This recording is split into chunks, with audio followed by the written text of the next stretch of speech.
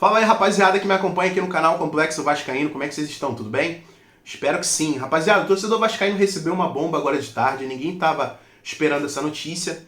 Aparentemente o Pedro Raul, nosso atacante, pode estar de saída e aparentemente o Pedro Raul vai sair por cima. Mas calma, não taquem pedra em mim que eu vou explicar por que eu penso assim. Mas antes, vamos para os detalhes? Vamos lá, já eu emito minha opinião. O Toluca do México fez uma proposta ao Vasco para contratar Pedro Raul. As conversas estão em andamento. O valor seria de 20 milhões de reais, valor bem acima do que o Vasco pagou. Notícias positivas. O Vasco contratou o Pedro Raul por 2 milhões de dólares, ou seja, na época era quase 11 milhões de reais, e agora, 7 meses após, está em vias de vendê-lo por 5 milhões de dólares, ou seja, 24 milhões de reais. A gente comprou por 11 e a gente pode vender por 24, um bom negócio. Notícia negativa. Além do valor da transferência, o Pedro Raul não deve ter um salário tão baixo. Isso pode abrir espaço na folha. Isso poderia até ser colocado como notícia positiva, né? Mas eu considero uma notícia negativa que a gente tem uns exemplos no Vasco onde vendas não foram tapadas da maneira correta, buracos não foram tapados da maneira certa. A gente tem um exemplo da venda do Andrei, que foi para o Chelsea, um ótimo volante na medida do possível, que foi vendido por um bom valor e o Vasco não contratou ninguém igual, sabe? Ninguém de custo, ninguém de alta prateleira para jogar no lugar dele. Definitivamente não chegou esse jogador. A saída do Nenê, muitos podem falar Nenê, velho, isso, aquilo, mas não veio nenhum meio campo de qualidade do Nenê. Apesar do Nenê não ter aquela qualidade de corrida, de intensidade, mas tecnicamente ele é muito inteligente. E a gente não conseguiu recompor essa saída, sabe? A gente teve a chegada do Carabarral, mas pô, é bagre, cara. Bagre demais. Então eu considero essa saída do Pedro Raul pode ser negativa, porque ele vai sair, cara, e a chance do Vasco não trazer ninguém, ou trazer um jogador muito ruim para jogar no lugar dele, é muito grande. A chance disso acontecer é muito grande. A gente tem exemplos que eu acabei de falar para vocês. Então é complicado, né? Então vamos lá. Aí eu até anotei aqui, a questão são substitutos dele. Quem vai ser? Juan Cruz? Vai ser Ryan, de 16 anos? Então é complicado. E a gente tem que lembrar, agora, tudo que a gente vem sofrendo com o Pedro Raul nos últimos tempos. Após o jogo contra o Botafogo, eu fiz uma crítica duríssima contra ele, porque ele é um jogador que você vê na cara dele que ele é muito irritado, sabe? Ele acha que, no meu ponto de vista, o que eu vejo dentro de campo, que os problemas que ele tem dele não conseguir fazer gol, dele não conseguir dar assistência, nunca é dele, é sempre do próximo. Você vê na cara dele sempre reclamando com os outros jogadores, ele sempre reclamando com alguém, sabe? Ele parece que não enxerga, que ele não vê que o problema é dele, cara, sabe? Ele é um jogador que definitivamente é de time pequeno. Em time grande, com camisa pesada igual a nossa, ele não conseguiu jogar bem. Ele fez um bom futebol lá no Goiás, mas aqui no Vasco definitivamente ele não conseguiu, sabe? E vamos lá, Pedro Raul, que eliminou a gente da Copa do Brasil, perdeu muitos gols, irritado, acabei de falar pra vocês, e jogador de time pequeno. Tem esse detalhe também da Copa do Brasil, né? Que ele perdeu um pênalti ali que poderia ter sido decisivo pra gente se classificar, logo após o Orediano também perdeu, mas o Pedro Raul ali era um momento chave, e infelizmente em várias partidas ele perdeu vários gols. Eu me lembro num jogo que eu fui contra o Fluminense, no Campeonato Carioca, que ele perdeu um gol claro de cabeça, sozinho. Então, sabe, ele vem, pelo valor que foi gasto nele, ele vem apresentando um futebol baixíssimo no Vasco. Baixíssimo. E eu estava até comparando essa irritação dele, anos-luz. A gente vê no Real Madrid, um exemplo, é anos-luz, mas é só um exemplo básico agora. O Benzema ele tem uma característica parecida com o Pedro Raul. Ele é muito irritado, ele olha para os outros jogadores e reclama muito com o Vinícius Júnior, esse jogador. Mas, cara, o Benzema, quando a bola vem, ele crava. Tá ligado? O cara pode reclamar. O Pedro Raul, que mais me irrita vendo ele jogar, é que ele tem essa soberba de reclamar com o próximo, mas quando a bola vem, ele não crava. Cara. Contra o Botafogo mesmo, ele teve a oportunidade de sair cara a cara com o goleiro do Botafogo e ele resolveu recuar a bola, cara. A bola era para ele sair em corrida. Ano passado ele fez bons sprints no Goiás, cara. Quem viu os melhores momentos dele no Goiás sabe, ele fazia boas corridas, ficava mano a mano com o goleiro. No Vasco ele teve a oportunidade de fazer isso várias vezes, mas parece que ele tá mais pesado do que nunca no Vasco.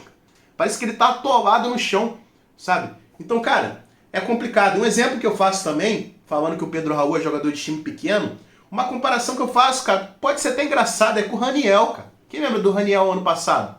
O Raniel, naquele jogo contra o Sport, a pressão ali, cara, eu não consigo imaginar, cara, a pressão em cima dele. O Vasco precisando de um resultado, o Sport estava ali no cangote, saiu o pênalti, o cara bateu com frieza, ainda foi na torcida do Sport, ainda fazer gestos ali, ó, tô aqui, ó, e aí?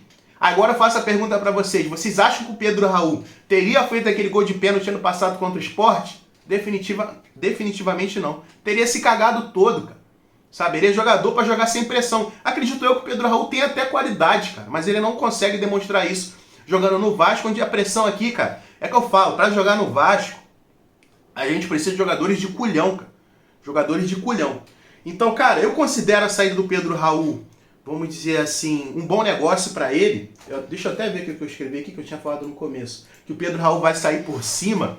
É nessa questão. Hoje no Vasco, ele não conseguiu mostrar um bom futebol, apesar de ter uns números ali mais ou menos, mas muito pelo Campeonato Carioca e Copa do Brasil, né? Que ele conseguiu fazer uns gols. Inclusive, era para ter feito muito mais. Que se lembra aquele jogo contra o Trem, cara? Ele teve várias oportunidades para fazer uns 10 gols, cara. Ele perdia gol a rodo. Se eu não me engano, ele tem 9 gols e 2 assistências na temporada dele. Ou seja, não são números tão ruins, mas não reflete aqui o que ele faz dentro de campo. Definitivamente não, cara. Então, para ele, para o pessoal dele, vamos dizer, para o profissional dele, da carreira dele, vai ser positivo ele sair, cara. Porque provavelmente ele vai receber um salário lá no México maior do que ele recebe aqui no Vasco. A pressão lá, definitivamente, não deve ser a mesma pressão que aqui. Ou seja, o Pedro Raul vai sair por cima. Mas agora eu volto lá naquele negócio que eu falei ontem, no vídeo de ontem. Eu dei uma pincelada, mas hoje eu vou falar um pouco mais. Que é aquilo. As coisas acontecem e o Vasco continua. Jogadores como Pedro Raul, que afundam a gente, eles vão para outros clubes. Eles vão até receber mais. Eles saem do Vasco para receber mais. E o Vasco continua no buraco. Alex Teixeira tá jogando a gente na lama, perdendo várias oportunidades. Jogador que não consegue sprintar, jogador que não consegue chutar, não consegue driblar. O Vasco cai. Um exemplo, Alex Teixeira vai para outro clube. Sabe? Alex Teixeira tem mercado em outros lugares, vai para a Turquia, vai para o mundo árabe. Sabe? Então é esse ponto de vista que eu quero pegar. Tudo acontece, tudo passa e o Vasco fica. A gente tem vários jogadores que tem mercado. Cara. Jair tem mercado. O Vasco cai, Jair vai para outro clube de Série A, eu tenho certeza. Léo Pelé, o Vasco cai, Léo Pelé vai para outro clube. Então é isso que a gente tem que ter um pouco de consciência também às vezes. A gente idolatra em momentos bons jogadores, isso, aquilo. Irmão, mas no momento ruim pouquíssimos ficam. Pouquíssimos, sabe? E um exemplo claro agora pode ser essa saída do Pedro Raul. No Vasco, cara, é unânime. O torcedor vascaíno sabe da péssima qualidade desse jogador. Vai sair, vai receber mais até. Como é que pode?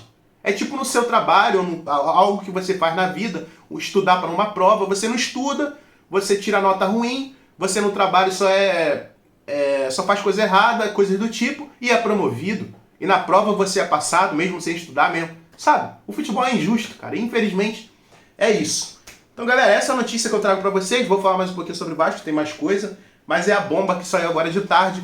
E vamos ver como é que vai resultar essa situação. Eu espero muito que ele seja vendido. Mas o que eu fico triste é que a gente não tem certeza que esse valor da venda vai ser reposto ao Vasco. Vão trazer jogadores à altura. Altura que eu digo de custo, sabe? Então, é complicado, né? Então vamos lá, rapaziada.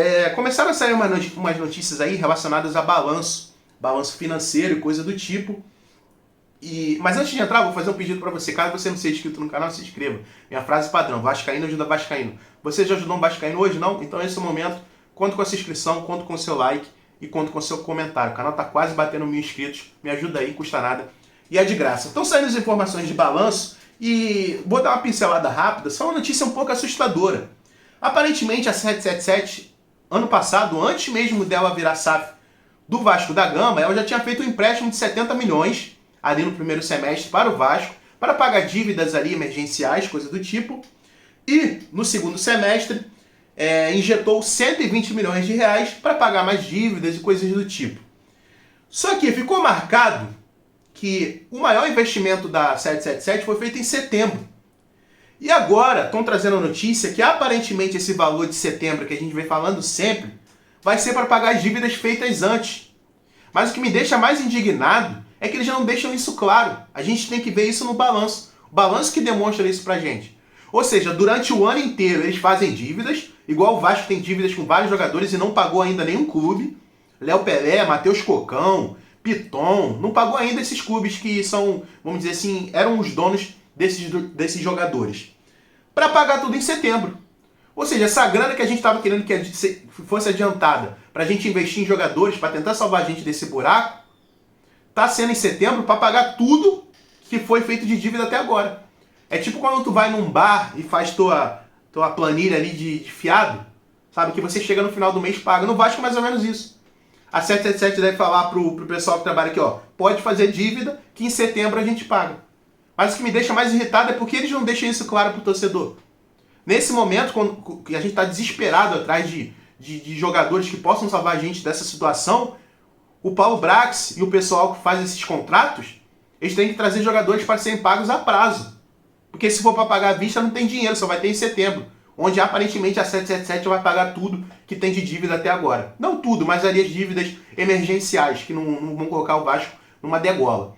Então isso ainda é um princípio, né? As pessoas ainda estão estudando o balanço, mas é essa informação inicial que eu trago para vocês. Situação estranha, complicada, tudo muito estranho no Vasco, cara. É assustador. É assustador, de coração.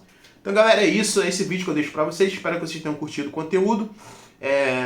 Não deu para ir em São Januário, vou ir só na semana que vem, tinha prometido aí pra rapaziada, caso você esteja me assistindo até agora, mas semana que vem eu vou, tenho certeza, eu tenho que ir lá. E galera, é isso, saudações vascaínas, tamo junto, um forte abraço e é nóis, valeu.